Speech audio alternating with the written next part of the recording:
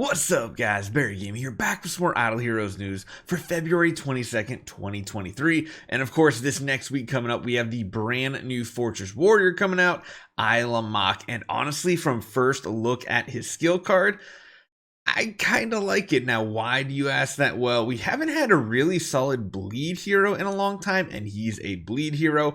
And then on top of that, he might be a really good early game hero. He has some healing synergies. He has high chance to stun and block and all these other fun stuff. This is what we talked about like last week, wishing and hoping we get from a regular faction hero. Another one that's really good in the early game. I don't care about the end game because this hero, of course, will become the next Transcendence hero next month. So first glance, I like it, but let's jump in. Let's talk about this hero. We even have who he might be tenants for as well.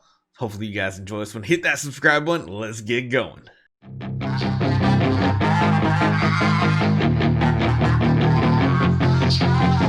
Okay, so here he is, the man, the myth, the legend, Aylamak. He's got all these jewels and everything on his sword, his shield, his head, everywhere. He is, of course, a Fortress Warrior, and let's take a look at his skills, starting off with his active skill right here, Ode to the White Sand. So he deals attack damage to the enemy with the highest HP and bleeds them, which is interesting. I mean, he's not an assassin, so he's not going to go for the lowest HP, but instead goes for the highest HP, dealing a certain percentage of attack damage for several rounds with a chance to stun them for several rounds. So that's kind of cool already. Just a chance to CC is pretty solid. Afterward, deals attack damage to random enemies or random enemy and bleeds that target as well, dealing damage for several rounds and reducing their effect of being healed. So that's kind of a cool, just lower healing for that target. I'm cool with that. If the two attacks target the same enemy, additionally deals damage equal to a certain percentage of current HP, capping at a certain amount of his attack. So, three different parts of this. One, he's obviously going to go for the highest HP target. He's going to deal bleed damage to him, which is pretty cool, and that's going to come in even more later on here. Chance to stun them, which is cool, so if they're not like a boss target, they can stun them.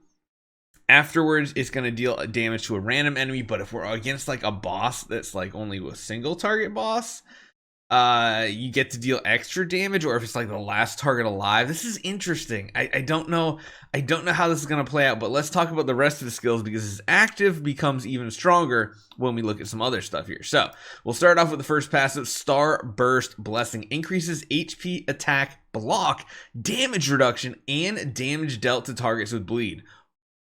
That is a heavily loaded passive skill, and that seems really, really good. Damage reduction, that is absolutely amazing. I always hate when they have control immunity instead of damage reduction, but also block chance.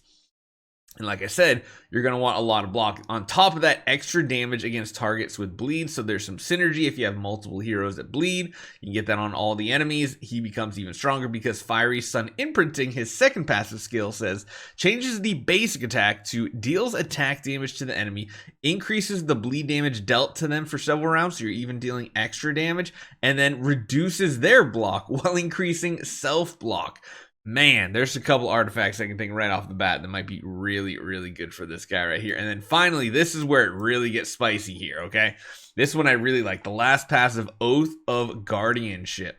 When self-blocked successfully, there is a chance to stun the attacker for several rounds if they have a bleed. So that's really, really awesome. High block chance on him. Very, very good. Afterward, counterattacks the target, dealing attack damage. That's good. And bleeding them. That's good. Dealing damage for several rounds. Really awesome. I love heroes that counterattack. We haven't had one in a while, and this is a really good one. At the end of each round, for every enemy with a bleed, restores self HP equal to a certain percentage of max HP. That's awesome. Then increases self attack for several rounds. So I really, this is exactly what we talked about last week. I'm like, this is a hero whose skill set screams, I can be your first E5 hero. Like, I can be your first E5 hero, and then maybe even your first Transcendence hero, depending on how Aylamak turns out for Transcendence. which is really cool. Like, I am all on board with this one right here because I love this. The fact that he has damage reduction built in, block chance, and additional damage to bleed, while also increasing his damage to bleed targets with his basic. So his basic is useful, reduces their block chance, increases your block chance. It's nice to see a basic attack do something that synergizes with his other passive skills.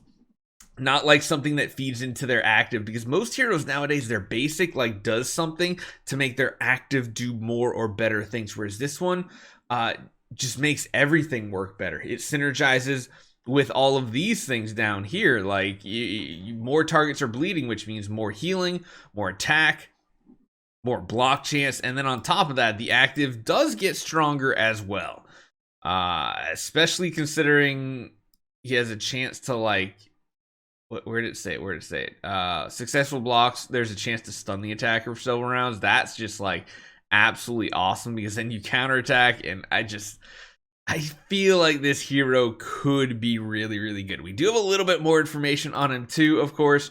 They highly recommend these guys right here, and I kind of agree. Anything tanky on this hero is going to be good. A and B could be really good, because of course having ridiculously high block chance just means you're guaranteed to block, which means all of these things happen. It's just really good. Oh man. Oh, this could be really good. Of course, the other two could be awesome too. The fan, kind of a little less used. If you are going to build him as a first E5 and you plan on going tenants, the tenants aren't that bad, honestly. They really aren't. Holmes Young is pretty solid and would help you out a ton, or going for a Vulcan, you can get C lane 20 done with him. Same thing with Mockman. Sherlock is a decent pickup. They got Mage. You can build an Onkiri Maro, a Mockman, and like a Holmes Young. They're not the worst heroes possible. Are they going to help you as good as the Eloise strategy? Probably not. The Eloise strategy is really hard to beat because there's a ticks there.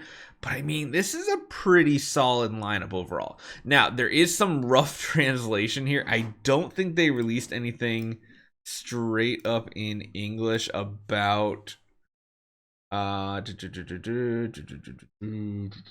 no, it doesn't say who.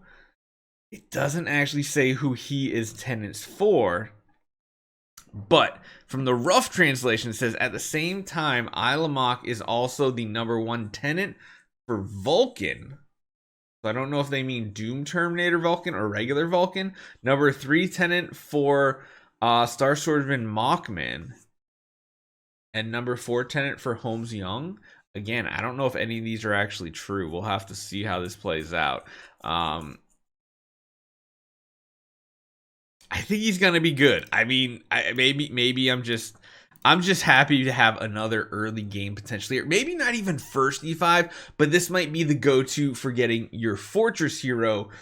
Instead of going for like an Inosuke or Holmes Young, you can go for an Aylamak now possibly, and that could be pretty good. So let me know what you guys think. Hopefully you guys enjoy this one. We'll probably be building him on an early game account this Thursday. Don't know if we're gonna be live streaming on Twitch or not just yet.